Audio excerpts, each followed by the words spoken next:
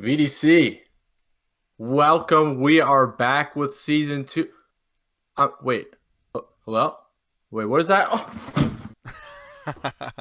get that off of me, baby. New headset, no tape. Yes, sir. Zero tape right there. Ooh, yes. Oh, Yes. We are back. VDC, welcome back to the second season of the podcast. It's been a long time coming, a long off season, but we are officially back and we are here with some banger information. So I'm joined here with Prumi with the Hemi hashtag bang. Say what's up. what's up, everybody? It's good to be back for a second season. It felt like it's been forever. I blame Dan just because he's an admin now. So it's all your fault for the wait. If anyone has any Yeah, problems that's with it, fair. just message him in his DMs. Just spam him. Spam his Discord. But I'm happy to be back and excited for the upcoming podcast. There's a lot of cool information, some really exciting news for a lot of orgs, and beloved, behold, we said that we were gonna have everybody on if you win a championship, and my golly, we're following through with it, even if it's 3 months late. With OS and High Tide as well later on in the podcast, so stay tuned for that. Drisk, you can stop bugging us now. Um, Yeah, that's basically all I have for Drisk, because you got your moment in the limelight coming up. So it's if you want about time. if you want another one, win another ship. If you want to be on the Exactly. Yep. podcast, win another ship. Paco, how can I get on the podcast? Win a championship. That's the easiest way. I promise you. We'll interview you. Or if you have a But really cool idea for a segment that you want to do on the podcast, feel yes, free to that too. message us, and we'll get back to you in a couple business days. If we think that the idea works. So, Exactly. Yeah, I'm always down to talk ideas because we don't want to make it stale. You know what I mean? We don't want to just yeah. do exact repeat of last season. So we're gonna try our best to spice it up this season. But like we said, gonna go into some off-season changes. We're talking about some change with the podcast. Well, there's a lot of change in the league. First and foremost, whole new set of admins. One of them being me. But we got Queenie, VK Saints, and FSG CCR. All is the new admin team, so W team right there. But Absolutely. I think we they'd got win a some. championship in Apprentice tier. I think that team would be pretty deadly. That's factual. I can factually agree with that statement. Um, but in terms of other changes, there's been quite a lot. The first one being that some some franchises have left the VDC and some franchises have joined slash rejoined question mark the Rebrand? VDC. Mm-hmm. Hmm. So first and foremost, VTX, one of I think five remaining orgs that have been here since the first season, is no longer with us. Hunter has stepped. Oh, wait, that's the next segment. Lee Spoiler is alert. taking over. uh, VTX, and with it has come a rebranding That was the last season to change, anyways. Monarch X. Yeah, very Yes, cool. or AKA Mox. Might be one of But my favorite names. Like it's a really cool new sounding name. yeah, Um, it's a W name. I mean, mhm. Mox, that doesn't flow off the tongue as much as VTX did, but Monarch X goes so hard. Plus, I'm pretty sure the reasoning behind the name that Lee had described had something to do with Talon Primi, and I mean, Talon's the greatest franchise in esports right now. So, just gonna say that. So, therefore, Mox got to be good. But why Yeah. don't you tell us who the other one is? Yeah, no, for sure. Yeah. Shout out Talon if you guys are watching. We appreciate you a lot. Maybe your biggest fan is right above me on the screen above. Um, It's but factual. uh, but yeah, no. So, a team that's been around for a very long time, Double Taps, quite a few championships possibly in that organization, Mr. I know History of there's the at least Orgs. one. At least one championship, but I think there might be multiple. I could be wrong though, so don't quote me on that. Somebody fact check me. But Double Taps has officially stepped away. I'm gonna forget names, but thank you, Ken. Thank you, Potato. There's one more. I forgot this. Envious. Envious. Thank you, Envious, for all of you've done for the league. Everybody is very grateful for your guys' time in involvement in the league with Double Taps. Um, and we're actually bringing back an org that was earlier on in the VDC lore and history of the league, CHA, which stands for Chaos Theory, um, led by Trisente.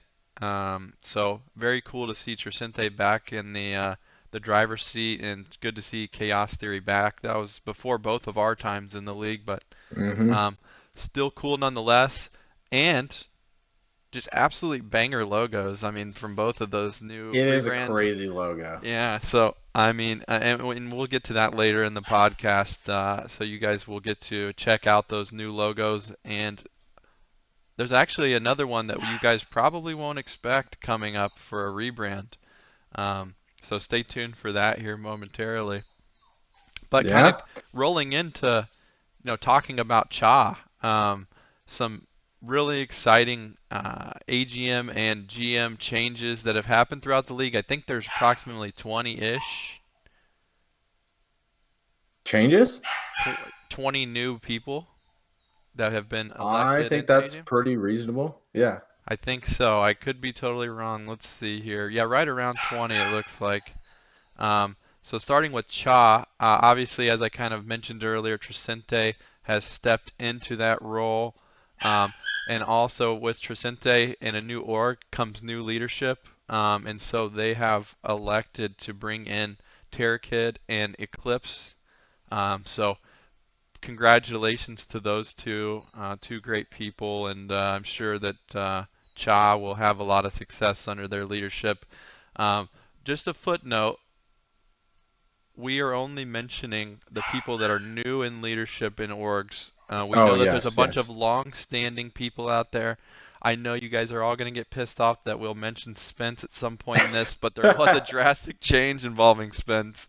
So that is the reason why he's getting limelight. I know there's a lot of Spence haters and lovers out there. So Spence, you're getting another little spotlight in the podcast, so enjoy it, Oh, buddy. yeah. But Um, Also, something about Shot. This will be their third season in the league, and for the history of the orgs documentary series, which will be coming out by the end of the year, the first installment at least. Um, I required each franchise to have at least 3 seasons to get their own episode, and now they are in for 3 seasons, so they officially have gotten their own episode in the documentary. So love to see that. But I mentioned it before. We have Monarch X coming in. Lee has now stepped up into the GM role, and Hunter, who was GM of VTX, has stepped down. So there's a little bit of a flip flop there. And as a new AGM, in addition to Hunter, they also have elected Disco Cookie. So congrats to the new rebrand of the new franchise and the new management. Cairo also in there, but hmm not anything new. But boring.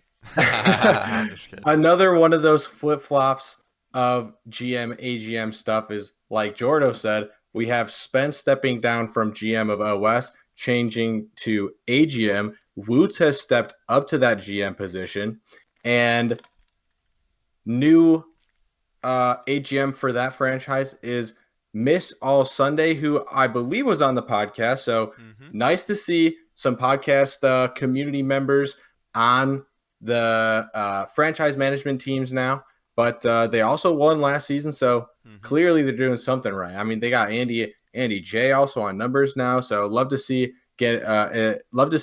so many people getting involved in the community here. Yeah, no, it's very cool. Kind of rolling into the next org, L7. I mean, speaking of podcasters, one of the first guests, if I do recall, one of the first guests, maybe not actually the first, but um, L7 Zooter stepping into an AGM role. What a guy! What a guy! Um, Absolutely. Became a friend of mine after that episode, so pretty cool to see that, and happy for Zooter. And then also stepping into an AGM role for L7 is Bomber. Great player, really solid pickup for L7 there. And yeah, I mean L7 I mean they have a lot of talent there in the AGM slots, so it'll be interesting to see what their rosters look like after this draft happens here coming up. Yeah, absolutely. Um, so for a couple franchises, we have a completely clean slate, brand new management all around. Um, and coincidentally, both of them start with a P. So the first one is PN, where Maddie is no longer GM. Danny has changed from AGM and taken on that GM role. And in turn, three new AGMs have been chosen. We have Glorp, aka Hermes, Hype or Hyperion, and Jude. Um, this is a change, also, if we're talking about changes in terms of the rules, where now each franchise can have up to three AGMs depending on how many teams they have um, uh, per tier or in the league. So if you have four teams for one in each tier, then you can now have one AGM and three AGMs. However, if you only have three teams, then it will become two AGMs and one GM. So a little bit of a change there. The other one is PA. Hmm. Shout out Brimmy with the Hemi hashtag bang. We got a new GM. Unfortunately, it's not him though. Yeah. Bobber taking on the GM role for uh, Well, not PA. unfortunate. Bobbert's awesome. Yes, yes. Can't hate on my Bobber. I yes, yes. And then for new AGMs, we have Combax and Jordo. Combax from KC. Jordo was technically on an expiring contract, so who knows where he was coming from. I guess LG technically, but yeah, I think there's some championships in store for that roster. Let's just say that. But That'd be very cool. Also, just a note, when we made this list, Combax was known as Combax, but Combax has officially rebranded to Snakebacks. So, that is um, true. I just realized that today. yeah, everybody, I just did today as well, and he's my other co-AGM with along with Kimchi. Shout out Kimchi too. Kimchi's a really big keystone for that whole organization. So, um, and then rolling in, just like the Tides to the last team, High Tide. You get it? You get it? You get it? I see what I you did love there. that Yeah. jokes. But yeah, kind of rolling in there. They had one change. Wumbo stepped down and Vic stepped into the AGM role. Um, so cool pickup there. I think that org is kind of on the up and up, and I think you kind of will start to see High Tide kind of performing how LG and OS have historically. Just seems like they've found the leaders that they like, and they're doing a great job over there under Sammy. So it'll be cool to see how they kind of move on from the championship last season till into this season. So. Yeah, absolutely. And if you are a new player to the league and you're draft eligible this season, and you're trying to get your name out, these are the people that you want to reach out to. Please reach out. Let them know your tier, what roles you play, if you can IGL, your rank, maybe, Hmm. stuff like that. Just introduce yourself, and that'll definitely give you a leg up on certain um, other players in the draft, and maybe you'll get drafted higher. Never know. Um, And but also, if you have any interest in becoming an AGM or GM at some point, um, there's a process that you go through where you'll get interviewed after you fill out a questionnaire, and then once you're approved as eligible, I believe the only requirement is to play like one season in VDC and have no behavioral strikes, I believe is like the core requirements. And then Yep. obviously admin approval. Um, and then you can be put on a list, and if any vacancies happen, then you can be selected by the GMs of each organization that's involved in the VDC. So um, if you get pre-approved, you can be selected. If, say, Bremy with the Hemi has to step away because his computer dies and he cannot do anything for party animals, then there would possibly be an opening spot, and you could be selected to move into that off of that list. So um, pretty cool stuff there. Um, so Absolutely. So to move on to the final segment of off-season changes, we have some rebrands in the form of logo revamps, which is quite interesting. So the first one, as they've been the first on each of our lists so far, is Chaos Theory. So hmm they had this purple like purple and black thing. You could see it on the screen right now. It's But kind of the center of circle, the circle on their logo yeah. currently. And it looks awesome. And I hmm think it's one of the favorites in VDC history, at least in terms of community favorites. And luckily for you, it's not actually changing, but we get a little bit of an update in this image, on the screen right now. And honestly, this checks out. Like, this is pretty sick, if I do Yeah. say so myself. No. Shout out King Rafa. He is a super talented graphic design artist, and he did a fantastic job at taking the keystone of, what made that logo so great and just making it better somehow. Um, Yeah. so that's super dope. Personally, probably my favorite logo out of the three, but maybe in the entire league, honestly. It's pretty awesome. Yeah, I agree. But hmm two more to go.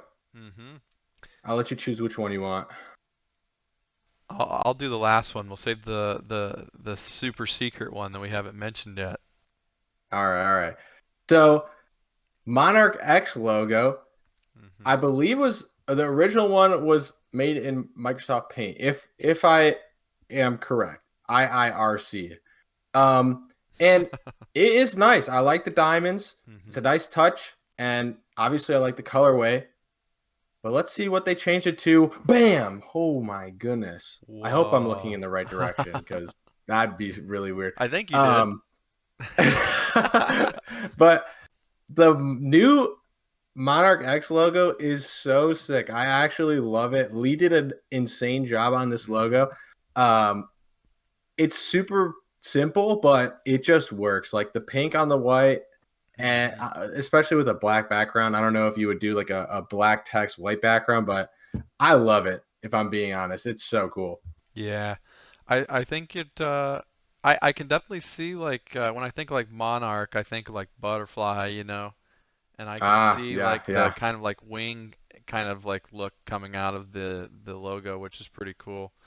Um, yeah, Lee, I mean, my only request to you now, since you cooked up a badass logo, is, where the hell is Monarch's theme song? We need a music video for Monarch X. absolutely. And hopefully, if you can cook up a good logo, you can cook up a good team. Yeah. So we'll see. We'll Yeah. see you in the playoffs, hopefully. Oh, and going kind of into this last one, um, it's a team that's been around for the entirety of VDC. Um, team with plenty of championship appearances and championship crowns.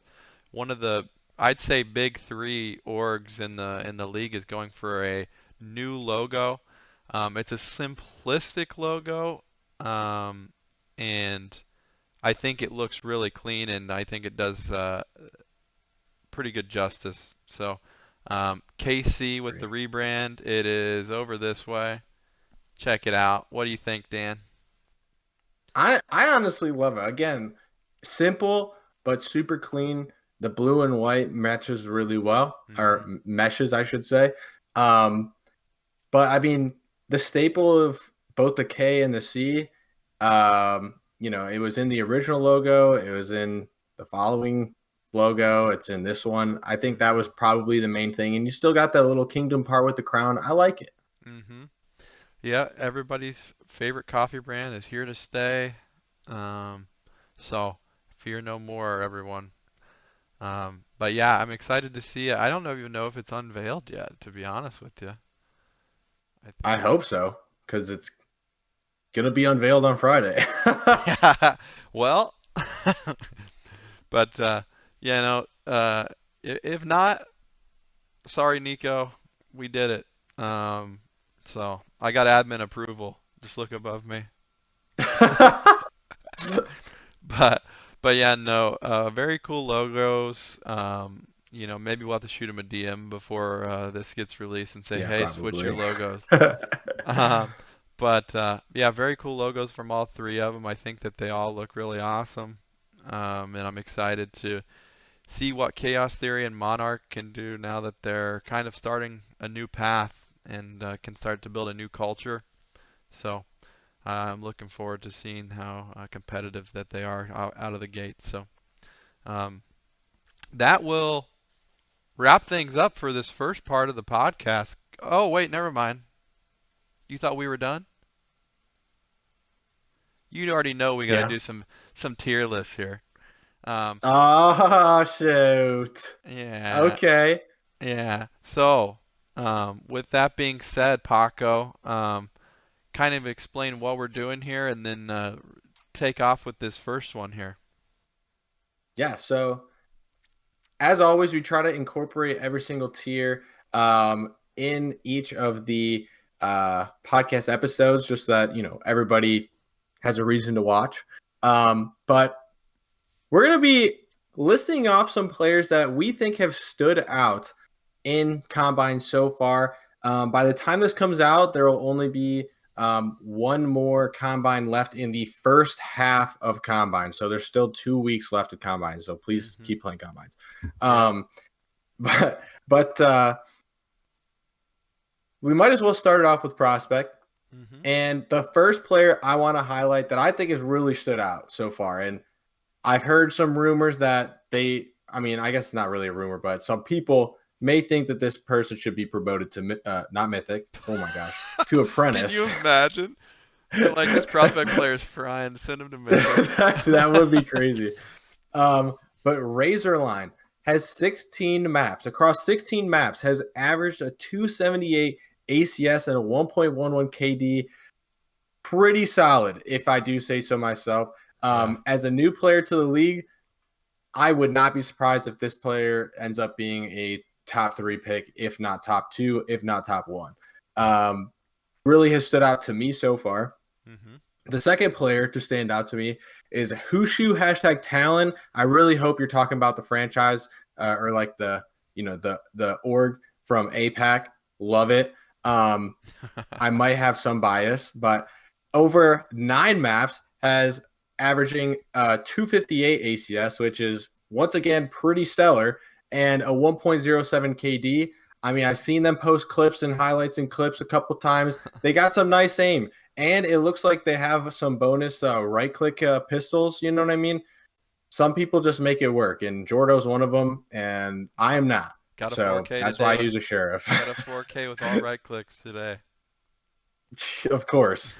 Um, Throw the clip in. I'm just kidding. so next we have a returning player rather than somebody who is new in Wanderer. Was one of the better players last season and seems like everything's pretty much carrying over. Have played 8 maps, has a 254 ACS average over those 8 maps as well, and a 1.17 KD. I'd say that's pretty impactful over that span of time as well. Mm-hmm. And lastly, someone kind of a newer entry to the league, or somebody who is relatively new to the league in terms of like they just joined this week, but as already has 6 maps. I got Burley Ethan TTV, 6 maps, 235 ACS, and a 1.3 KD. I think Prospect might be a pretty competitive tier this year or Yeah, some semester season, and semester. I think I'm looking forward to seeing what some of these players have in store. Yeah, I am as well. I mean, it seems like just from kind of scouting throughout, it seems like there's a lot of talent spread out throughout each team. So I think there's going to be a lot of really competitive divisions. I mean, out of the gates, you don't really, when you look at rosters, you have some that are probably well better off than others with some of the players that they have in the particular tiers, but I feel like there's no like super rosters where I'm like, oh wow, that team's already got like a foot up just because they had somebody signed from last year right now. So, Right. um, kind of rolling into the Apprentice tier was mentioned earlier, and getting another shout out. Two shout outs in the first podcast of your first season of VDC. Might put that in the record Might as well get books. them on. Yeah, might as well just bring him in right now. Um, King or Rafa um, played 11 maps with a 234.82 ACS with a 1.01 KD. A lot of maps and really impressive ACS and really good showing. I mean, in your first season of BDC through 11 maps, so cool to see a new player on the list here. Um, the next player, Snowy, um, 21 maps played. Holy cow! Um, That is a lot. we have a combines lover, and I love to see it. It helps everybody else get their games, and the more people play. So Absolutely. I'd love to see more people get up there and compete with Snowy. I'm actually challenging somebody right now. You listen here, Apprentice players. Somebody beat Snowy in map count by the end of the season, and maybe you get some bonus gamba. Mm. Maybe a guaranteed showing on the pod. We'll see. Maybe. Yeah, I mean, just depends, but 21 maps with a 216.57 ACS and a 1.11 KD. Very impressive stat line through quite a few maps. I mean, that's almost a VDC season we're heading on there, and I wouldn't be too disappointed with those stats. So, going on to Absolutely. the next one, D'Angelo. Correct me if I'm wrong, but I thought this was a prospect player last year. Expert. Or expert player? Okay, expert, not prospect. I knew they were moved down or up. I could not remember. But through 7 maps, has a 239.57 ACS with a 1.11. Again, we're seeing the trend here with all these ones. Just as Snowy. KD, D'Angelo is fragging and showing people why maybe they could be an expert player again. So keep up the Yeah, good work PN's there. in good hands. They are in very good hands. They have a very strong apprentice roster. So, going on to the final apprentice player, we couldn't make the list without this person because of the amount of improvement they've showed just throughout the last couple seasons. And every time I've seen him play, I've been really impressed. So, Casey Trico, 7 maps played with a 242 ACS and a 1.08 KD. Impressive stuff there. And just an impressive apprentice tier so far. I agree. Yeah, I mean, some of these people have been absolutely frying me in combines, and I'd say I've been playing pretty well this season in combines. So that's got to be saying something. You know what I mean? So, moving on to the expert tier, though, we got a couple of real standouts, and then some who might be standouts, but they've only have a few maps played, so we'll give it some time. But Landon is now one of them. 16 maps, averaging a 249 ACS and a 1.19 KD. That's crazy. I mean, Yeah, like I said before, when talking about Razorline, for example, I mean, 16 maps and having such a high ACS average is, I mean, surely you have some crazy high ones like a 320, and maybe you have a low one every once in a while. But I mean, that's a something. Those are some numbers that I would definitely be shooting for if hmm I was an AGM or a GM looking to draft someone. Um, yep. Next up, gotta show some love to the LG homies. Goji hashtag Zoro, aka Zoro. Um, 4 maps played, so we'll see. But I think because of their history in the league, this one is a little bit set in stone. Top player thus far. 266 ACS, a 1.65 KD. That is nothing to scoff at, I will say. If somebody's just constantly winning their gunfights, Yeah. what are you going to do? You know what I'm saying? I did watch Zoro. I was on Zoro's team for one of the combines, and I did watch Zoro totally decimate half of the LG roster, and drop almost 30. And I ate one Jag. Everybody knows now Jag. Oh, So, yeah. Next up, we have Twitch or TTV Vibes NC, or maybe it's Vibes NC TTV.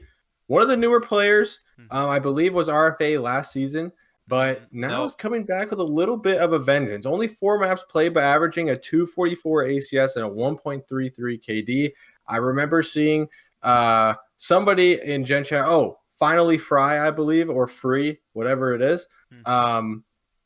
I saw screenshots where it was those two on the top of the leaderboard during combines, both games, and it was double-digit kills, single-digit deaths. I'd say that's pretty solid.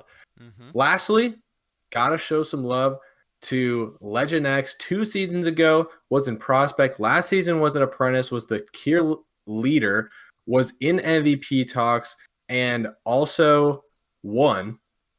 But Legend X, 5 maps played in the expert tier, 270 ACS. That is some crazy levels of improvement compared to being in Prospect 2 seasons ago. And 1.33 KD. I'd say they're holding their own up there. Yeah, no, very impressive stat lines. Quick correction, Vibes was actually an FA and then was signed to PA halfway through the year. So, You're right. one of my players, great player, cool guy. So, shout out you, Vibes. Keep killing it. Going on to the Mythic tier, there are some really impressive numbers here, especially thinking about the competition that they're playing against. The first one we'd like to highlight is Arizona Green Tea, #drink. I had to say the hashtag just because that's just a great name. It gave me a good giggle. Um, with 7 games played and a 270.86 ACS with a 123 KD. Those numbers are insane, and then people that don't know what Mythic Tier is, or maybe you're new to the league and don't understand, this is against Ascendant Immortal players, so that's nothing to scoff at, and I would be very proud if I ever did anything like that, so very Oh, yeah. cool. Moving on to the next player, Sog, I think. Sog? Yep. Yeah. Sog with a 12 maps played with a 233.25 ACS and a 1.21 KD. That name almost made me voice crack. I won't even lie. I'm a little sick, and I was like, Sog? Sounded like a question, so my apologies, Sog. Um, And once again, we've got another double mention. This is like a crazy podcast occurrence, and not very frequently does this happen. But Combax is the next player we'd like to highlight as an expert player that was moved up into Mythic tier, and it's shown why Combax is there to stay. With 8 maps played, with a 224 ACS and a 1.06 KD. Great stat lines there, especially for a player that just moved up this season. So, and kind of going into that same trait, we have another expert player that was in Apprentice the season before, in expert last season, and now they're at the top of the mountain. Hi, I'm Dumb, or Ian, as all of you guys kind of know him. With 4 maps played, not a ton of maps played, but pretty impressive stats. 208 ACS, 1.24 KD. Very impressive stats there for an expert player that was brought up recently. Or an Apprentice player, Or for an that apprentice matter, from a couple seasons from ago. 2 seasons ago. You remember, Ian? I know you probably may be listening. Do you remember that match we had on Lotus? Great stuff. Great stuff. Shout out, hey, shout out what it sounds like to win the VDC semifinals from 2 seasons ago. I wanted to do one last season, but nobody nobody wanted to record their point of view. So Mhm. if you make it to the semifinals and the grand finals this season, please record your games and send them in so I can make a what it sounds like video. Thank you. Yeah. Hey, and continue.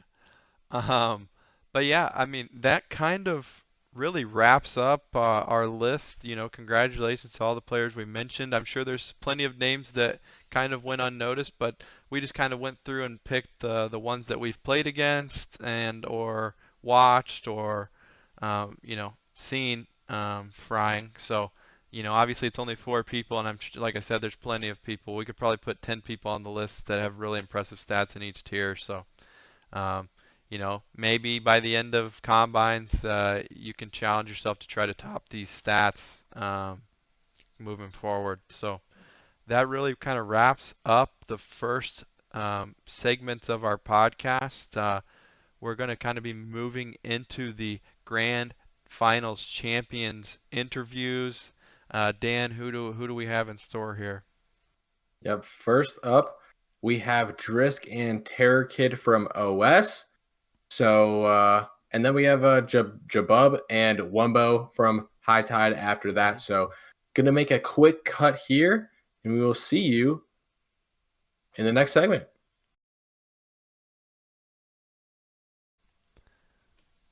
VDC, welcome back after the quick intermission. I know I'm just going to address the elephant in the room. I understand that we will be wearing 3 different outfits during this episode. There's a lot of moving parts, but that's nothing new on the pod. It's happened multiple times, 2, 3 outfit changes. It's just a very high production Oh we yeah. got rolling here. But last but not least, probably the most impressive season that any team had that we've brought on that has won a championship. Broke, I think, like 1 or 2 records potentially for round win percentage in a single season in the tier or in the entire league. I don't know which one it is, but I know it's one of them. Um, but anyways, welcome on the legendary Legend X and Terra Kid. Hey guys. What's Our up? first our first repeat uh contestant, for lack Hmm. of better words. It does feel kind of Guest. like that. Yeah. And Drisk, I know you're watching this, and I know you're mad. You got to win a championship to get back on here. I don't know what to tell you.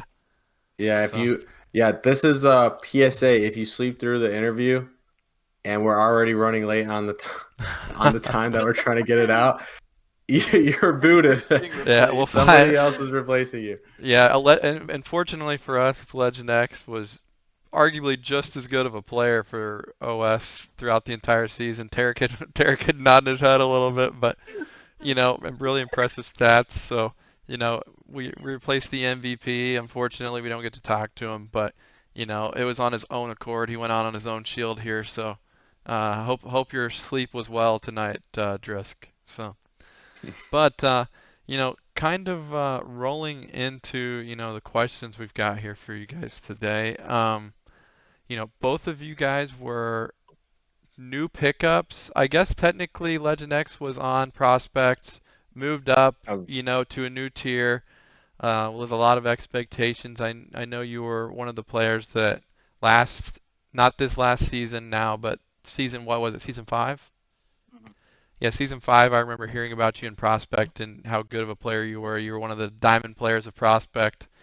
Um, and you come up to Apprentice. Everyone's kind of curious how you're going to perform with those, kind of the pressure on your shoulders. Kind of towards TK, I guess here. Uh, were you expecting to be drafted by, one of those franchises that's like one of the big 2 franchises in VDC with the kind of prestige and, championship winning culture that they have? Were you kind of shocked, or was that kind of your goal coming from LG, one of the other orgs in past seasons? So. Yeah, I think we touched on this a bit the last time I was on here, but I had been messaging like a bunch of GMs. Obviously everyone wants to be on like a winning org, and going from LG to OS is like the only upgrade. Pretty much. because I'm pretty sure LG is like the second most winning org Yeah. in I don't even VDC have to look history. that So up. like, It's got to be. Yeah. yeah, I mean, won a championship for them too. So I stay out here winning. But no, it was really great because I know that Spence and Woots do like a really good job like drafting people, drafting teams, drafting new players that are gonna perform better than expected. Gotcha. And, Nice. and Legend Yeah, X. sorry, Legend X, about that question because that was originally addressed toward Driss, Uh-huh. and I forgot to change that. I had to do a little. I had to do a little pivot there. I gave you a little props at the So beginning, but audible. I do have. I do kind of have like a little follow up for you, Legend X, though, to get you, get the ball rolling with you. Um, you know, getting drafted by OS, in prospect, last or season 5, right? Yeah. Were you, like how was it going into an org like that for you from the prospect level and then getting bumped up to the apprentice tier, which also kind of has that same expectation that that they're going to show up and have a really good shot at winning. I was confident because my aim was already phenomenal in prospect. And I just like after that prospect season, I was just excited because I knew that season I was going to go. It was my chance because was in prospect for 2 seasons, Mm-hmm. and Yeah, you and got that drafted sucked. to OS in season 4, right? No, I was season 5. That was my very first season in VDC. Damn. TK Yeah. TK doesn't agree with it, but it's like how you gonna disagree with his own story? What? Well, I have season 4 match Wait. day sheet pulled up, so I Oh think wait, it's just. never mind. It is season 4 then, and I did play. So you were Okay, I lost re-signed. track. You're re-signed in Yeah. season 6 Hmm. Gotcha. because you have 1 year left on your contract. That makes sense. Yeah. Um, okay, well, fair enough. Okay, buddy. it's been a long time since season 4, if we're being honest. So that's Yeah. It fair. has. And back in season 4, TK for you being in season 6, getting drafted by OS, like, is there any pressure to live up to the hype, especially like prospect tier and apprentice tier? There's, kind of like that LGOS back and forth kind of for championships, especially in prospect tier. That's pretty true to how it kind of happens. Is there any pressure that kind of, you feel or that comes with kind of being on a team like that? Do you feel like a target on your back? Like what's the feeling like being on that team like that?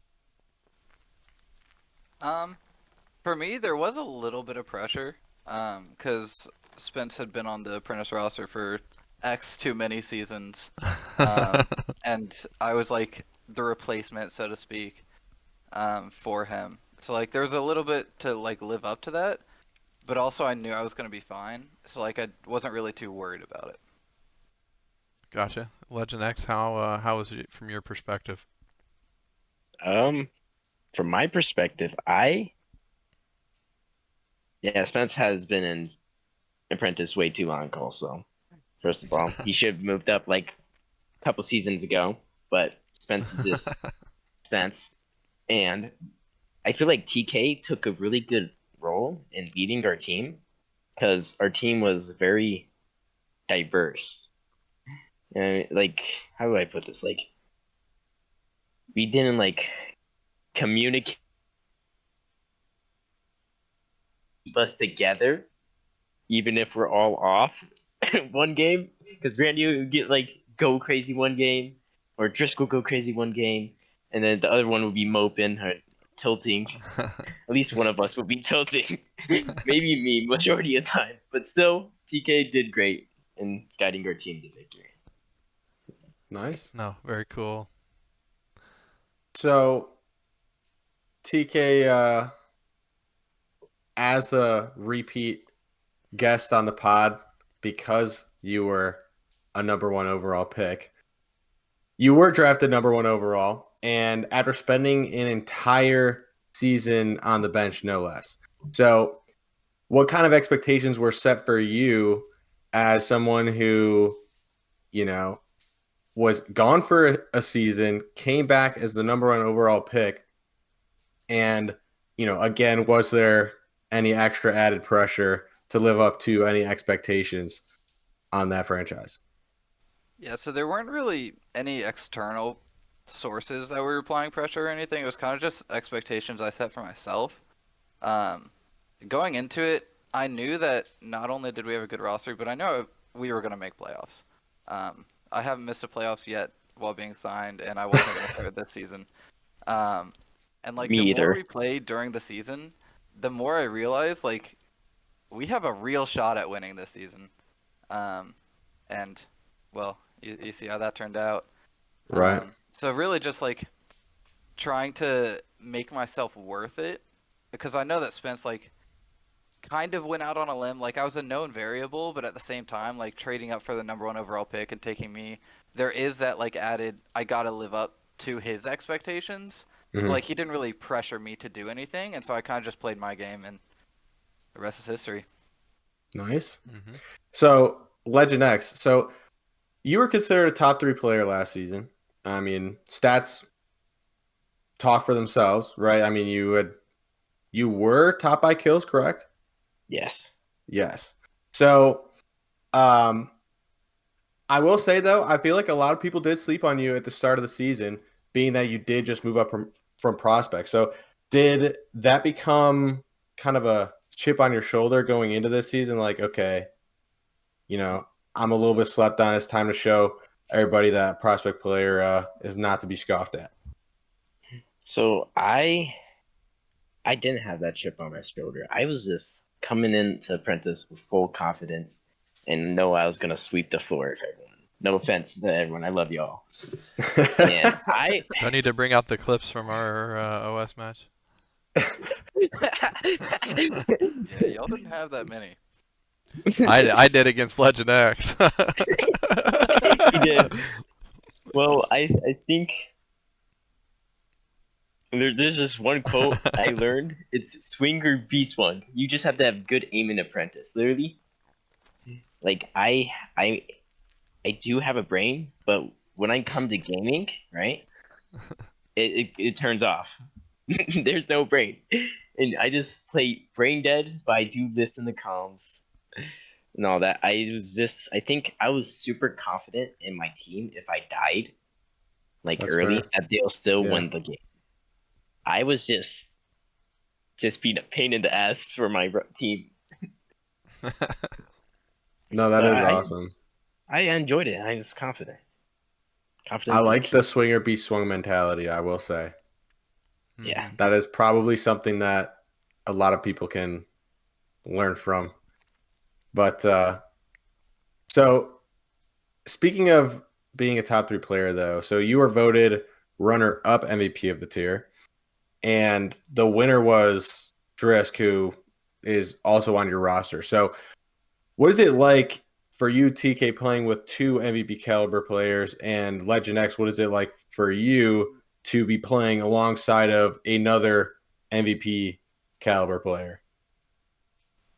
Uh, for me, honestly, I'd argue that like 4 of us were MVP caliber players. Agree to Some of us disagree. just missed way more time than Who's for? expected. Probably Randy. Everyone but Brennan. Oh, Unfortunately, Brennan Randy. struggled a little bit. Yes, Midrisk, Legend X, and To be Randy. fair, it's hard to be MVP when you miss half the season anyway. So. Yeah, no, that's what Yeah. I'm saying. Like, I feel like all of us could have been in the conversation, but Randy, Brennan, and I missed so much missed so much time during the season that like really it wasn't even in the conversation. But really, it's just like about letting your star players star play, like setting them up for success. Like a lot of times, like towards the beginning of the season, we would like try to get Legend X to, like stop ego peaking all this stuff. And then towards the end of the season, we kind of just embrace the fact that he's going to win those fights, so we should set him up as best as we can.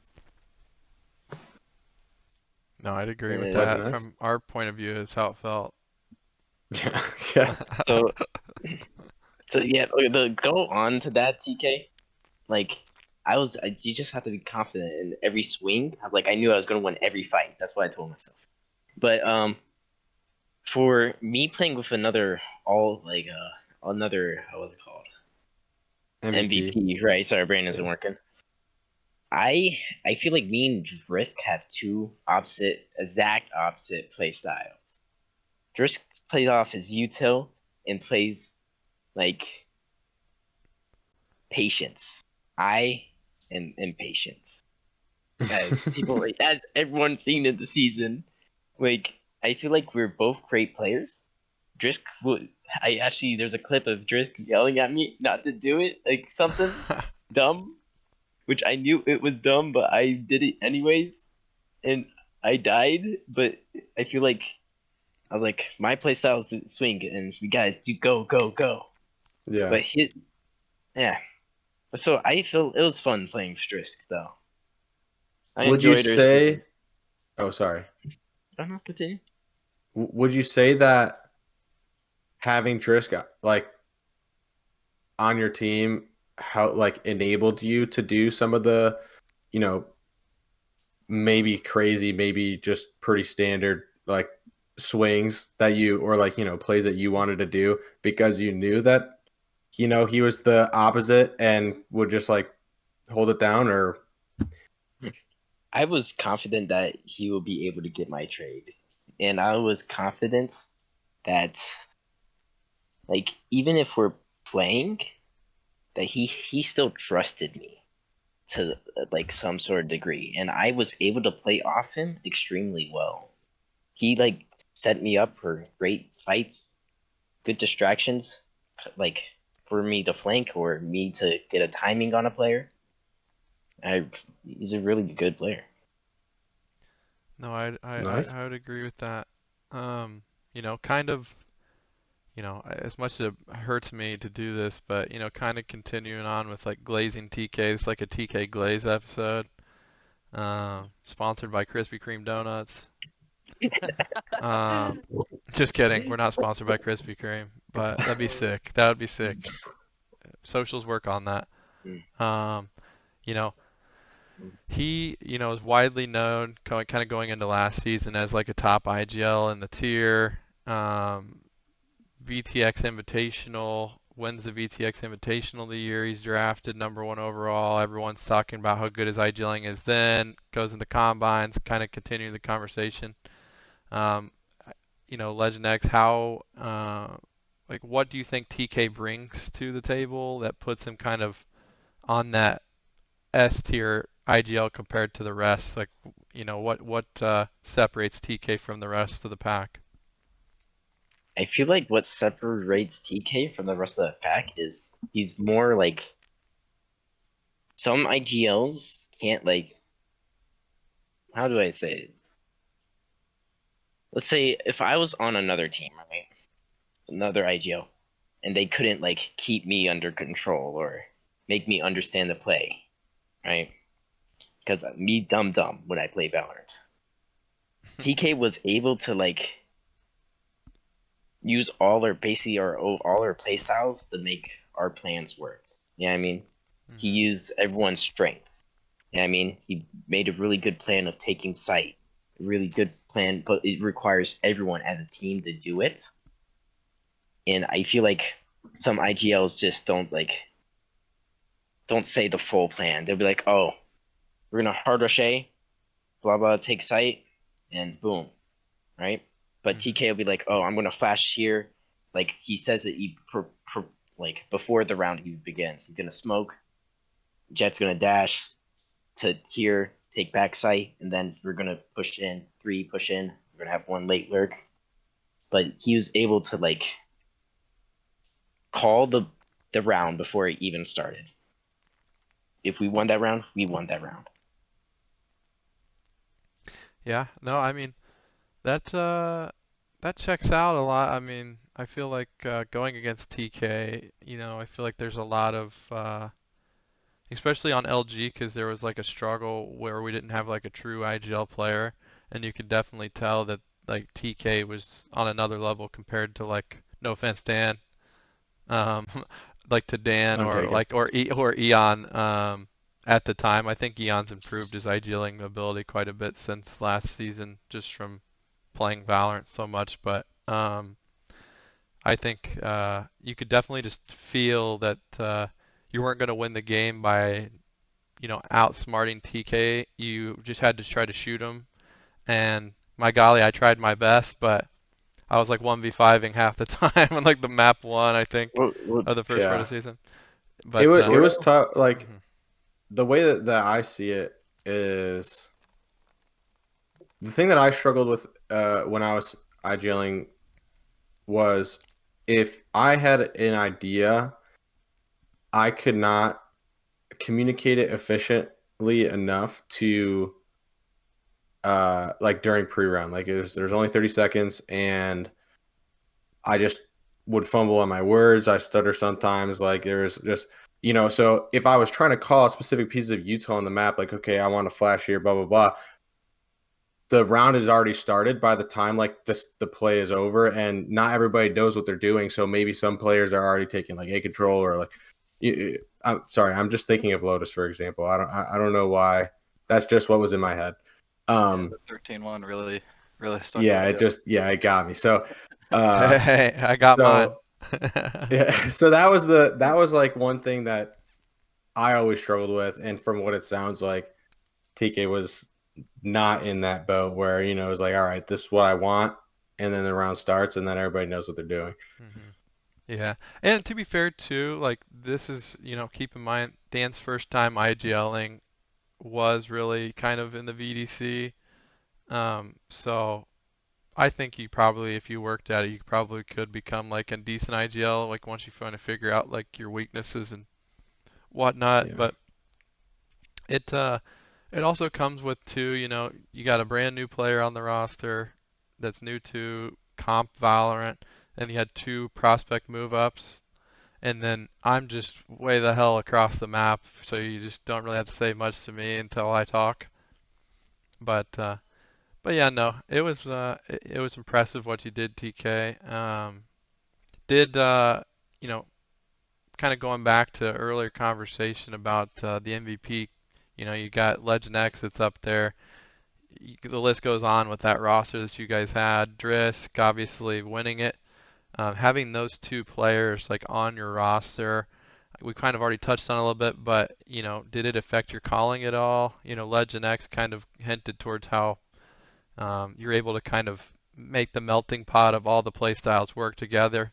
Is that kind of how you felt, like you were just constantly mashing potatoes to try to make things work, or? Yeah, so one of the things I try to do, like, that I focus on is playing to everyone's strength, like Legend X was saying earlier. Like, if Drisk is really good at lurking, I want to set him up to get good lurk timings.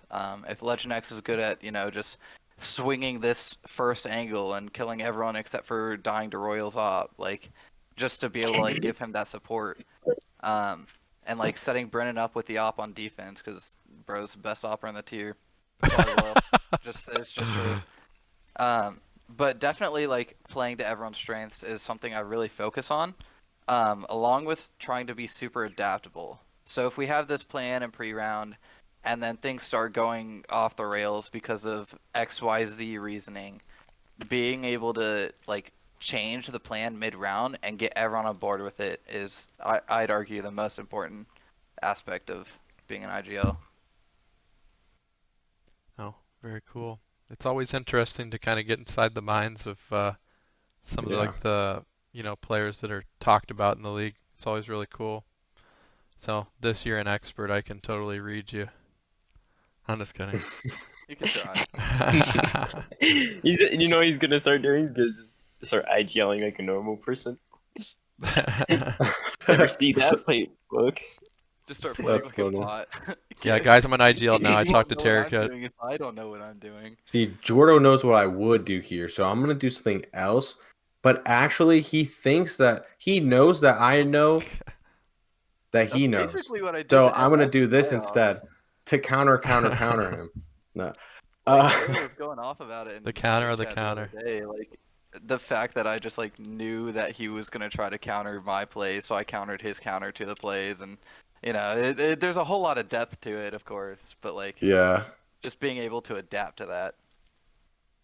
Um.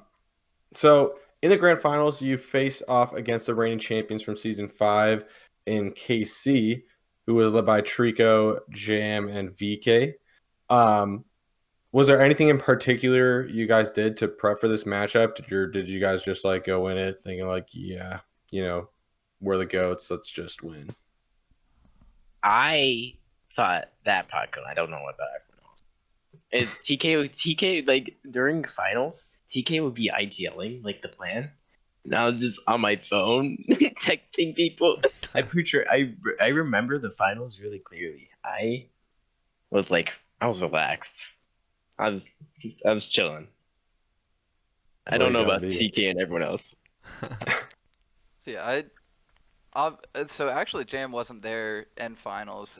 He had gone on Right. IR by then. Oh, that's crap. So they were definitely missing like one of their heavy hitters, runner-up MVP, along with Legend X. So like, they definitely were missing someone that they valued.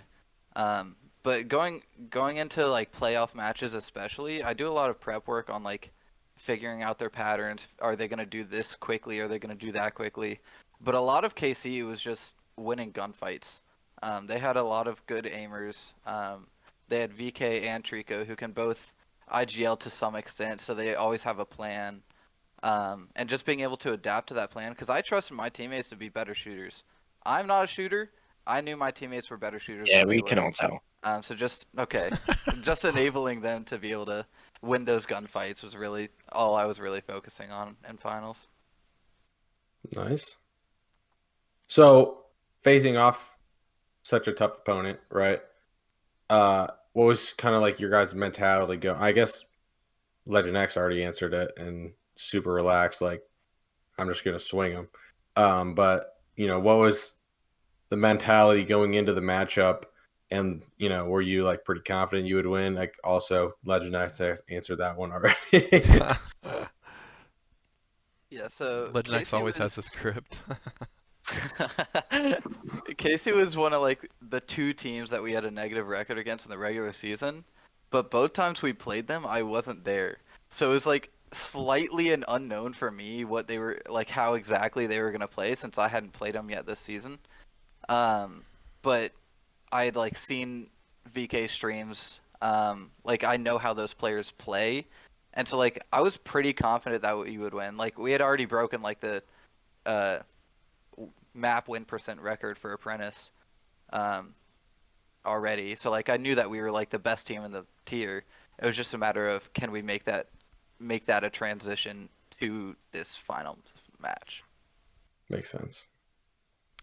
Yeah, and kind of, fast forwarding, last round, final kill happens, bomb explodes, whatever happens. I can't really remember. It's been a minute since your guys' series ended.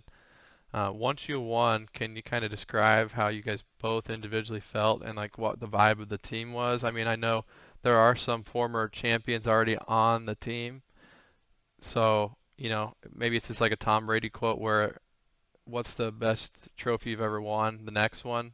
Is that kind of how, you guys have taken it? I mean, TK, I don't know if Legend X has won multiple, to be honest with you, but He I has, won. yeah. gotcha. Yeah. So, what was it like? How'd you feel? How'd the team feel? So actually, there are only two people on that roster that hadn't won before.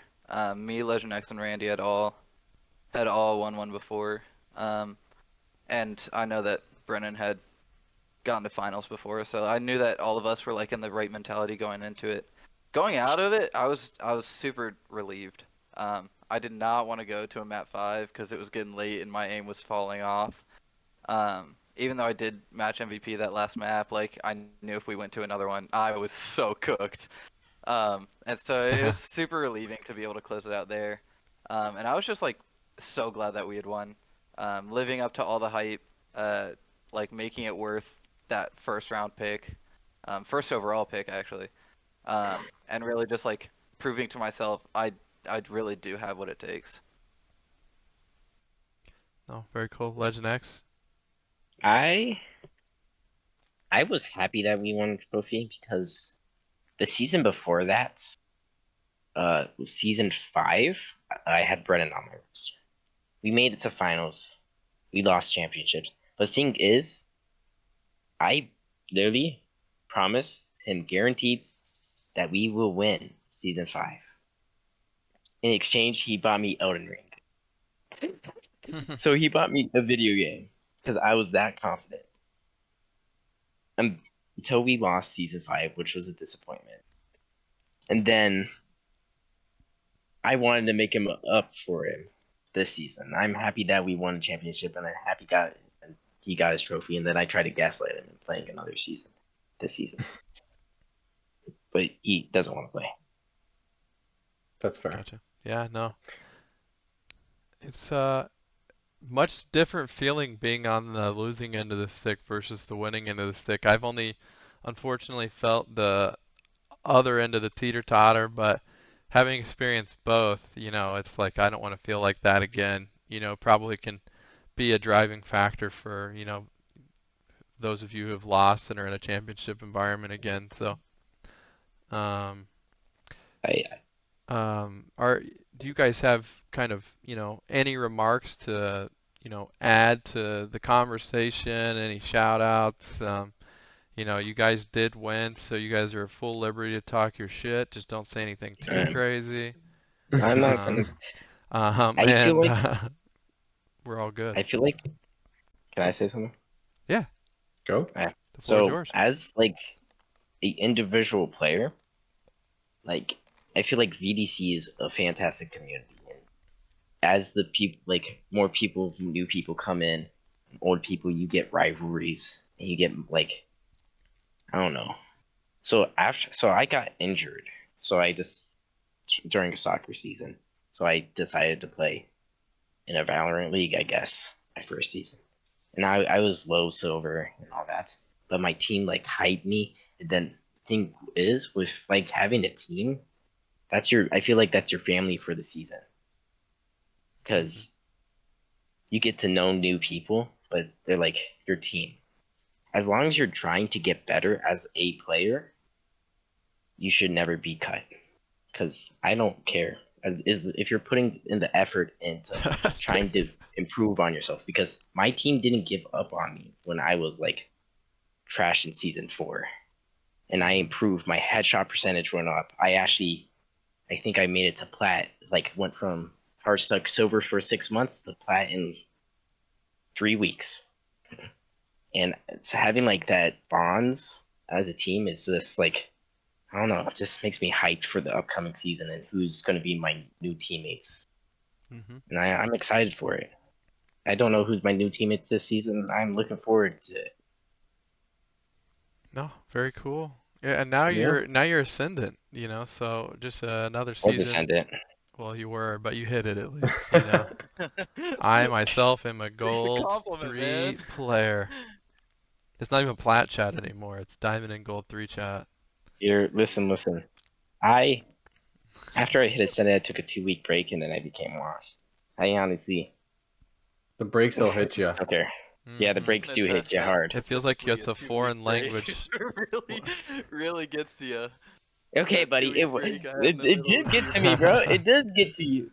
It does. It got Now to you you. see It got another to it got to OS pretty hard too. Whenever TK took his 2-week break. I'm not gonna lie. TK took a 2-week break, bro. Nothing changed. His aim's still the same. That's a crazy pull, man. Hey, T- just so you know, Yeah. you said I can do any crazy, not too crazy, right? Not The too only crazy. people I will ever trash talk is my own teammates. Okay, Randy, you're a loser. Brennan, you talk too much. Idrisk, stop talking. Stop Yeah, sleeping you through can't stop podcasts. me, bro. You Stop can't stop sleeping me. through a podcast, Tris. If I want to swing, I will swing. Shout out the fact that Brennan barely talked during the season and he's still catching strays for it. Here, wait, let me message Brennan right now. Nah, so Just yeah, kidding. one thing that like I really enjoyed was like I got cut at the beginning of season 5, like after the draft and everything, after preseasons. Like most teams already had their plans, so I was like in a rough situation to get picked up. And because I didn't get picked up, I was like really like not even like majorly, but like I was a little bit down on myself. Like as a player, like what could I have done to not get cut? And then as I subbed for Apprentice and Expert and had like cracked stats carrying Expert teams as an MVP or like MVPing and Expert matches and stuff, I was like, they made a mistake, and I'm gonna prove that. And so then went on, got drafted the next season, won a chip for them. I stand by the fact that if I was still on LG in season 5, LG would have won the chip. But Can I make a maybe quick that's just statement? me. Who Guess we'll never knows? know. We'll never know. We will never know. Is there any, Um, last shit talk, friendly words, kind words, shout outs, anything you guys want to do before we sign off here? I don't really want to trash talk too much because like I love all those guys, guys and gals on all them teams. But I am really glad that I was the one to knock out both Royal and VK out of playoffs. That was really satisfying because there was the whole, oh, who's the best player? Is it Royal? Is it VK? Nah, it's neither of them actually. So that was super satisfying. Obviously feel kind of bad because they're my homies, and knocking them out. I lost in semifinals against OS actually in season 4, and that was tough. They DDoSed me. I'm so convinced. Damn So it, like I Spence. feel for them, but at the same time, like if anyone was gonna do it, I'm glad it was me. Cool. Love it. I want to Well, shout out one more thing. I want to Go shout for out it. Spence for being a great TM and my team for having to deal with me. Facts. That was tough. W. Yeah, that's it. So with that, we have one last interview being oh my gosh, I'm forgetting. High Tide High Tide. Expert, the champions of Expert. Yeah, Jabub and Wumbo coming up on High Tide Expert, former winners of last season. And with that, we will see you in a bit. Thank you, TK and the Legend X for popping on, especially Legend X Yeah. for the audible. The last second. But Mhm. Yeah, thank you Yeah, guys. no worries.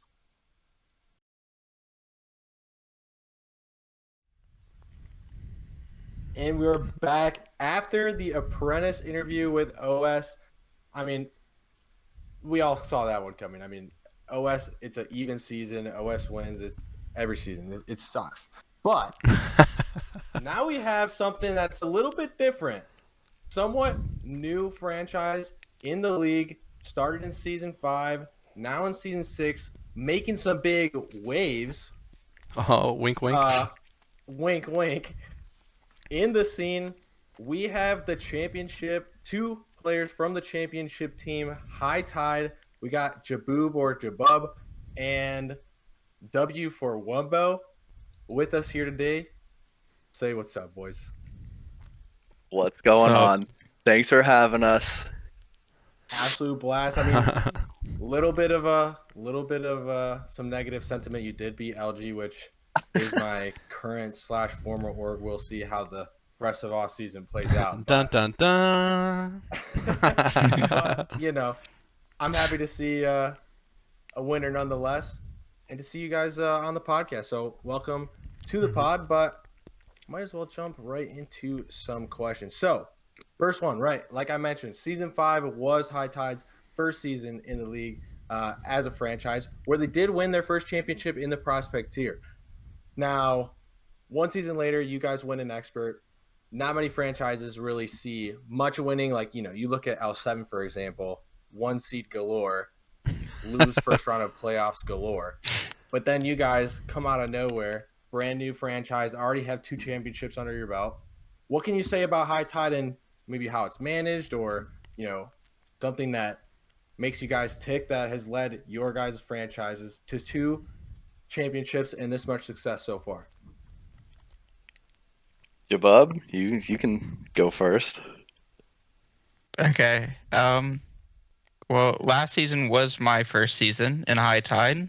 And I think coming into High Tide, I wasn't really sure because all the other orgs yap in general, and we're not really much of yappers. We're a lot of we stay quiet and let our game do the talking. But yeah, I came in, everyone's pretty friendly and nice, and I mean, yeah, High Tide's a great org. So your chance to get brownie points right there. So last season was my 3rd season in VDC, and I was drafted by PPI, which is what HT Right. eventually turned into. So I actually haven't like had any experience with any other org, but I mean, being with High Tide, like I don't know, I've made like real friendships. It feels like, and I think it's been fun. I think it's been awesome. I don't want to like talk bad about the other orgs because I don't know, but I wouldn't want to be anywhere else. That's awesome. No, that's good to hear. PPI, correct me if I'm wrong. Did you have to play with Royal, or were you on a different tier? I was in a different tier. He was, I believe he was whatever Apprentice was before. I Oh, don't really gotcha. remember. Oh, It was a shoot. while ago. Forgetting, yeah. Yeah. Was he still a yapper back then, or has he gotten louder as the years have went on? I mean, I don't know. I only played with him literally one Advanced. time. Oh, gotcha. Advanced, yeah, that's what it was. Yeah. But I don't know if he remembers, but we played like one ranked game together, I feel like, and it did not go well, and then we never played together again. That sounds about like Royal. That's funny. Gotta love Royal. Shout out MF Royal. What a Or guy. TBD Royal. Or We'll see. TBD Royal. Yeah, you never know. You never know. Kind of get into the meat of the questions here. Throughout the year, you kind of face some adversity. What kind of challenges did you guys kind of face throughout the year, and how did you guys overcome those challenges and obstacles to reach the grand finals and win? I feel like I don't know. We were pretty up and down for we hit a good streak. I think at one point we were first in the league, but then we kind of started to slow down, and I don't know, maybe teams figured us out. Teams made some roster changes. We didn't make any after we signed Creed early in the season. But I don't know. I feel like we adjusted really well, and when playoffs hit, it was like right when we were hitting our stride. Luckily, I guess. I will Yeah. say, so you brought on Creed like super early in the season. What was that kind of process like? Was it just like yo, this guy's cracked, we need to sign this guy, or like, what happened? That was actually like a tough decision. He subbed for us and played really well, and I was actually I don't know. He subbed for a game that I didn't play in, so I watched the stream and watched him play, and got to see like from his perspective, like from the stream, and I was like, "Yo, this kid's good. Like he should be on the team." And I don't know. We had some struggles, and we had to make a tough decision, but luckily my guy Gage was super cool and down to be promoted to Mythic, which he rightfully deserves, and he won a championship himself. Shout out Gage. But it just worked out. Nice. Very cool. Very That's cool. good to hear. Anything from you, Jaboob? Yeah, I mean, we started the season very well. I mean, yeah, we were first probably through half the season, and then we got complacent, I felt like. And yeah, other teams just caught up. But I mean, we ended the season strong. Both all the playoff matches were really close, all to the last map, and yeah, just adversity to, get through those tough maps or yell at each other to do stuff. But I mean, hey, it worked out in the end. Did I will say though, like I think a lot of the dangerous teams that come into playoffs, like because generally you don't see like a lot of the one seeds like just truly winning it all. It doesn't seem like in VDC. It seems like those like 3, 4 seeds like just seem to put the pieces together at the right time, and a strong start to the season can really get you into playoffs, even if you do kind of find those mid-season struggles or changes that say a team figures you out and then you guys need to kind of strategize on your play style and things like that.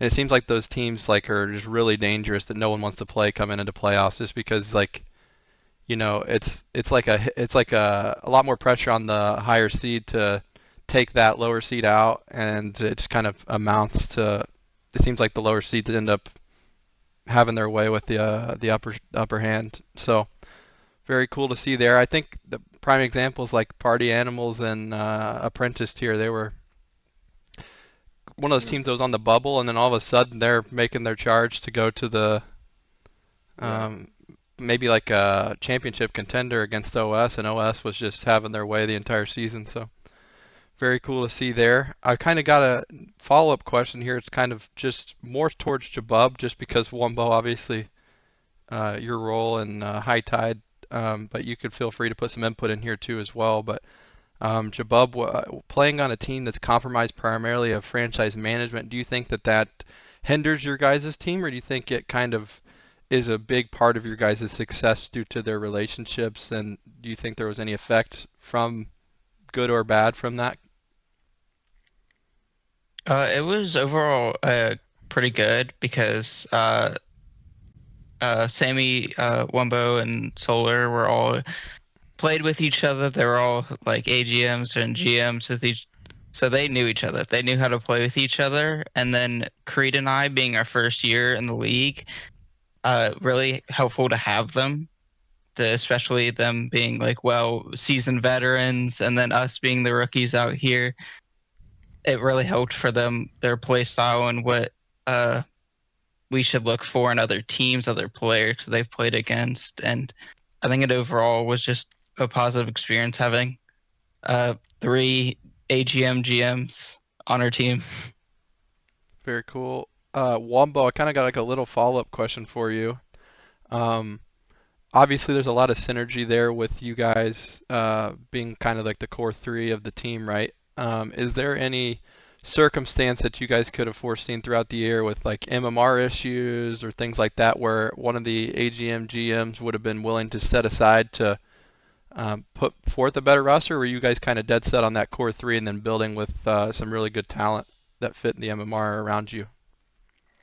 No, yeah, we actually talked about that a lot. I feel like there was one point before the season started, like, where each of the 3 of us had said, well, I don't have to play this season. Like, we can, like, if we need to, like, I think separately, each of us said, like, we were down to sit out to build a good team. Especially Sammy as the GM, like, it almost, like, obviously she wants to play, but she was down to do whatever. She just wanted to have a team in the tier that was good. So yeah, we definitely talked about that, but it just kind of worked out to where we all were able to play. Very cool. Cool. I think if I remember right, I forget what match it was. It was on Sunset, and I remember Sammy coming through with like a big 4K, like to win a game. And so looking back on it, it's really good that Sammy didn't set out there, because who knows if that second player that would have stepped in would have made that clutch play for you guys to, I think, send you to grand finals or win. I can't remember. It was it was either, I think it was Sunset versus Moth. Yeah, and it was a ace clutch. Yeah. That's what it was. That was it crazy. was insane, and she it had was for the another clutch map too. Uh-huh. Yeah, no, she had 2 clutches that She had map. 2 clutches. She was yeah. insane. I swear, like, GMs have superpowers when they get in the server. Like, you look at Spence, obviously has a pretty good history of winning on OS. Like, when we played with Uklar, we ended up losing in the grand finals, which is unfortunate, but we made it to the grand finals, and he didn't play last season. And as our IGL, you know, I tried to fill his shoes, and it's crazy how, you know, we go from a second place team to finishing dead last without our GM on our roster. Yeah. So, which I think the craziest, they do make a huge impact. I think the craziest thing about that season is we had the tiebreaker on 6 teams in the tier 2, and we still end up like being 10th place, which is crazy, because I think our round win percentage or lose percentage, it was like really close to 50-ish. Yeah. So we would just lose to like the 4 or 3 other teams like by significant margins. So it just totally screwed us out of potentially making it. But yeah, no, it is just crazy thinking. I mean, sure, there's even more. I mean, Potato and Double Taps made it to the Oh championship yeah, last season or 2 seasons ago Yep. now. yeah, and I expert. mean, there's so Expert, many forgot about that. there's so many different examples of AGMs, GMs just making it to the championships or winning. Yeah, So maybe there's no, something that's to that. crazy. Yeah, Yeah. We should try to get a tally and see if we can add up all throughout the season how many AGM GMs made it and or won. yeah, that is interesting. Maybe something to dabble on history of the orgs, which will be coming out by the end of this year. So Coming thank to a God. theater near you. But so to move on with more questions. So obviously all you guys are phenomenal players. Like each of you a cog in the wheel of HT. You know what I mean? Like might not run if it weren't for any of you, or you know what I mean. You wouldn't have won if one of you guys weren't on the roster. But um, what is it like having an MVP on your team? Like what kind of effect does that have on mental, on I mean like anything? So with Creed, he's insane. So we would go and either push a site because he's our entry duelist. So we would push a site, and I wouldn't have to worry about him. I wouldn't have worry about our duelist making dumb plays. He would just go in and kill 2, kill 3, and we would just be like, okay, that's cool. Or Yeah. like on defense, I was like, go hold this by yourself, and 2 kills. I'm like, I don't even know at this point. Like he would just pull stuff, and he would just get tons of kills just for us. So I wouldn't really have to do much half the Yeah, time. it made everything just so much easier. Like obviously, but it's just nice being able to have like confidence in someone where you just don't have to really worry about them at all. Yeah, you know what's interesting too about that is I feel like I mean I can't say I've even ever met Creed, let alone played with him, but um I played with Flirk a decent amount, and from what you've described in my knowledge of Flirk, they seem somewhat similar, except Flirk likes to overheat a lot, and so LG would worry about him like, "Yo, okay, you got 2. Okay, that's good. Come back. You know what I mean?" Yeah. And Yeah. and I wonder if that maybe played a role into the fact that hey, you know, you guys had more trust in Creed, and you guys took home the trophy. So I mean, I love that, but it really was kind of a shootout. That was, I mean, you definitely built up the suspense on how far away it was compared to every other grand finals that was played. It was like a week after. But, Oh yeah, we waited so long. I Dude, we forgot waited about Saving the best for Yeah. last, man. yeah. Yeah. But yeah, I mean, does that kind of MVP caliber player, does that affect like play calling, mid rounding, like any like team comps? Are they like a Jet one trick or like a raise? Like you know what I mean? I don't even know. Oh, the He thing about Creed is so we would run double duels with Wumbo, and then sometimes we would switch it around. Like he played Sova for us on Icebox. Like, he can play Sova. He would have these weird darts from spawn. I'm like, okay, cool. You can scan their entire team. And it was I remember. I don't know if you remember, Jabba, but we get Icebox for a map, and he's like, "I can play Sova." We're like, yeah, I was just like, okay. And then he okay. goes and drops 30. And Yeah, he it's just dropped like, 30 all right, kills. cool. Like that works. He would And he get did it 2 like on his multiple ult. times this season. Like it's just Yeah. crazy. Yeah, I feel But like he's like one of those players that like you don't know him, but you just know of him. Like it's like the Kenny of like expert tier. Like everybody knows and fears him, but like you may have never played with him or played against him, but like all the other tiers like know who he is. Like I just kept hearing about Nightcreed just going crazy and ballistic, and I don't even think that Nightcreed was even on our radar as a potential like MVP candidate at the start of the season just because he wasn't rostered or whatever. and then out of nowhere, this dude is just absolutely frying, and Yeah. and it looked like you guys were just like the perfect. I wouldn't say support pieces because I think you guys were all just way better than of a team than a lot of the teams in the tier, but I think you guys just knew exactly how your guys' strength, and you guys knew how to like make your strength better. Um, and I think that's like the difference between you and LG from the grand final standpoint, because I think LG was, a lot of people say they're kind of one-dimensional. Like they have the chamber, they have their jet, and so there's not a lot that they can do around it. And so if you know how to play around that, then it's pretty tough for them to pull anything a cat out of the bag per se to surprise somebody. You kind of know what you're expecting, but I feel like with Night Creed being able to flex off of Duelists onto a Sova and drop 30, it's like, how do you prepare for that, Mm. Well, it was always super like the thing with Creed, like he was always down to not play. Like I'd have to convince him to play Jet sometimes or to play Duelist, and we eventually started running me on Reyna and just let him play whatever he wanted because he would wait and wait and wait like when he would agent select because I guess because he was humble, but he would Yeah. want to like Phil. He'd want everyone else to play what they wanted to play. I was like, dude, don't worry about like stepping on anyone's toes. Like, Yeah. do your thing first, He's like, please. She's like, I want to play. She's like, I might want to try Viper. I'm like, well, like you could, but you frag out. Like, Imagine a just lurking Night stick Creed. your. Yeah. I mean, I think he could have played anything and would go Oh, crazy, yeah. but Yeah, it seems like it. I mean, dropping 30 on Sova is pretty crazy.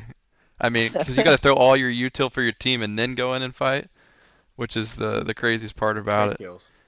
Yeah, yeah. but kind of going off of that LG topic, really, you know, uh, some thought that was the championship winner right there. A lot of people were talking about like this team seems one-dimensional, but somehow they're just still winning and winning and winning. You guys coming in, you know, what were your thoughts on LG? I mean, you also have a really good new duelist in the league, Flurk. Guys got really cracked aim, Jet one trick. What's your mindset going into the match? Was there a lot of planning to, try to shut down Flurk? Obviously, you have to deal with Jag and his op, and that's a really solid tool for LG as well. And then there's just a bunch of other bits and pieces of LG that are really solid players. You have Mini, Zoro, which could pop off. I mean, just another really good solid roster. Did you guys have any kind of like pre-game planning or a mindset going into it of what your guys' goal was to accomplish to beat LG?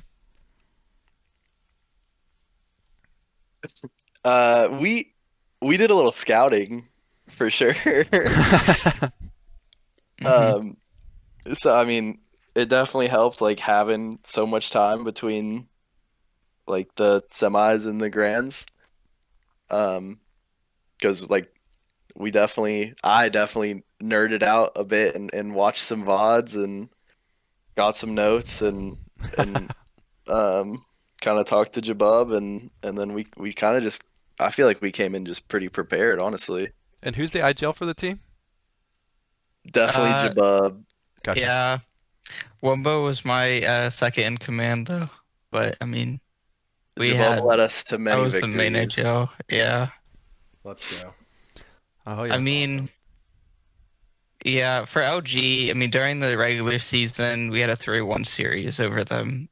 So I was pretty confident preparing.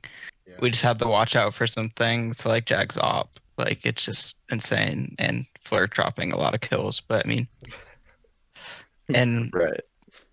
yeah, but I mean, I think we prepared really well. I think what helped too was preparing for semifinals versus Moth and Sunset. I think we scrimmed Sunset like 5 times just to get ready for that, just to lose in overtime. But I mean, we felt pretty confident on Sunset. So, I mean, Yeah, we did pretty I, well on that. I really feel like that was another big part of it. Like going into the grand finals, we had honestly, I had never scrimmed that much, practiced that much, like in my 3 seasons, and so I feel like going into that that grand final series, like with it being 5 maps, we felt pretty good on every map. I mean, I don't know how you feel about that, Jabba, but I feel like we were pretty confident, like no matter where we ended up. As long as we banned bind, we Right. knew we could probably win a best of 5. Yep.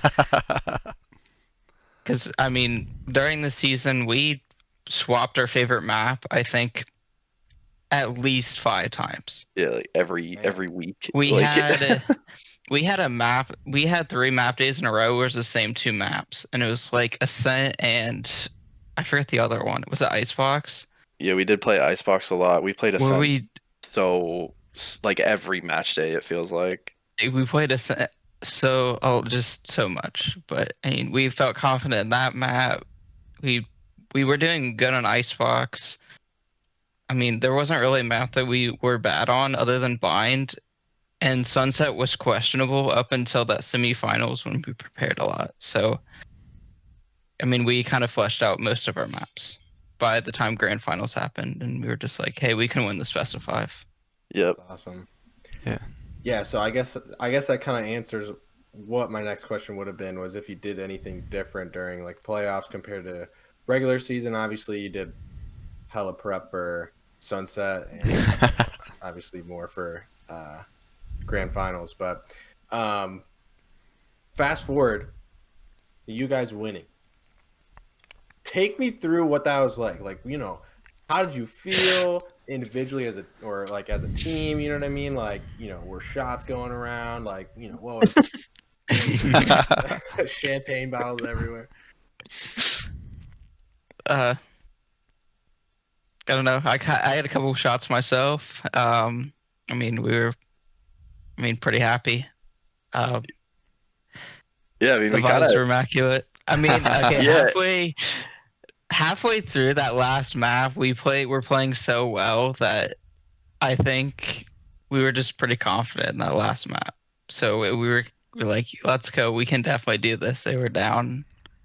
So, I mean, yeah, yeah. it was kind of just like when we won, like a let's go. Like it wasn't like a oh my gosh, I can't believe we won. Like it was like yeah, damn Yeah. right.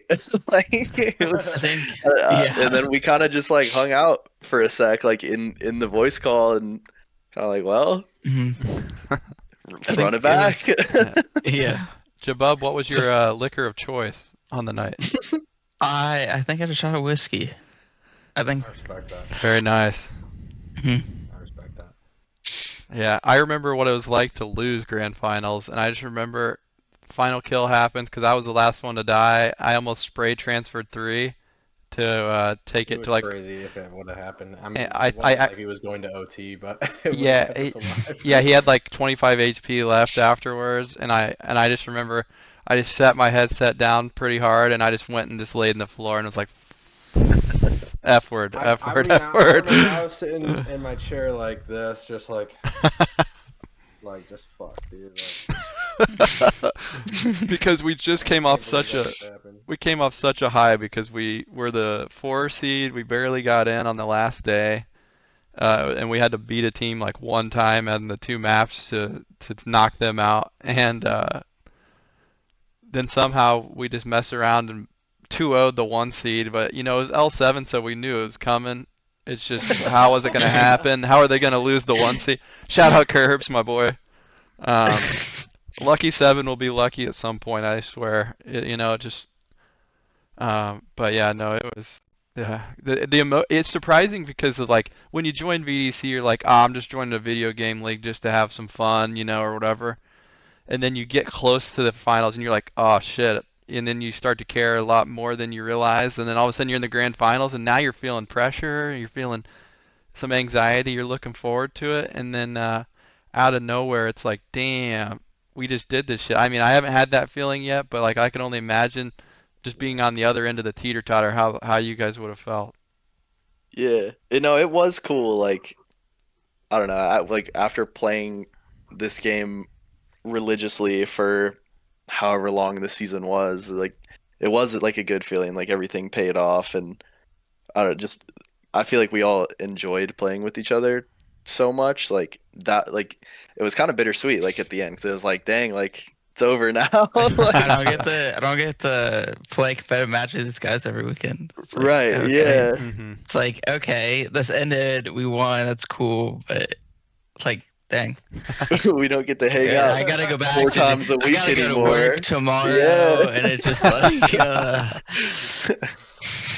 Well, They don't know no. what's actually going on. Yeah. No, that's I tough. need a day off. You don't understand. I won Same. VDC Grand Finals. Yeah. I just stayed Please, up till God. 1 a.m. playing a best of 5. Jabub's earned taking that this. Kobe Bryant picture, and sending it to his boss, being like, "I need the day off tomorrow." That's awesome. But kind of leading into our last question. This one can sometimes be controversial, but I'm confident that this one will be a very, very PR safe answer for the podcast, the league. Is there any, final remarks that you'd like to leave before you guys go? And then, you guys are the champions. While it was delayed, it's the perfect time because the league's starting back up. Talk your guys' shit, have a little fun. Who you gonna call out for next season? Is HT running it back? The people got to know. Yeah, Jabub, what's up? Yeah, so I first want to go MF Blind.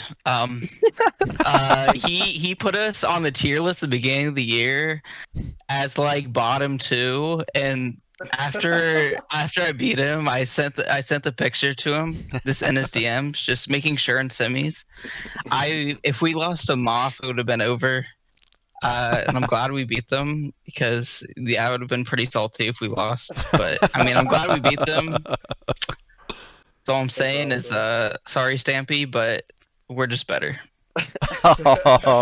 Shout out Stampy Longnose. Shout out. He's changed his name a million times now. I don't know what his new Larry IGN. Bird. Larry Bird. Larry Legend, yeah. bro. Shout out Larry Bird. Wumbo, I gotta know too. I got a bonus question for you, Wumbo. What are your thoughts on Paul Skeen? I see you're a Pirates fan, it appears. We were just talking about that while you were gone. The Pirates are gonna sell him in 2 years max, so I guess I'll enjoy it like while we have it. But I'm not gonna put too much love into it, love and care, because I know he's just gonna be gone in a Yankees uniform in 2 years.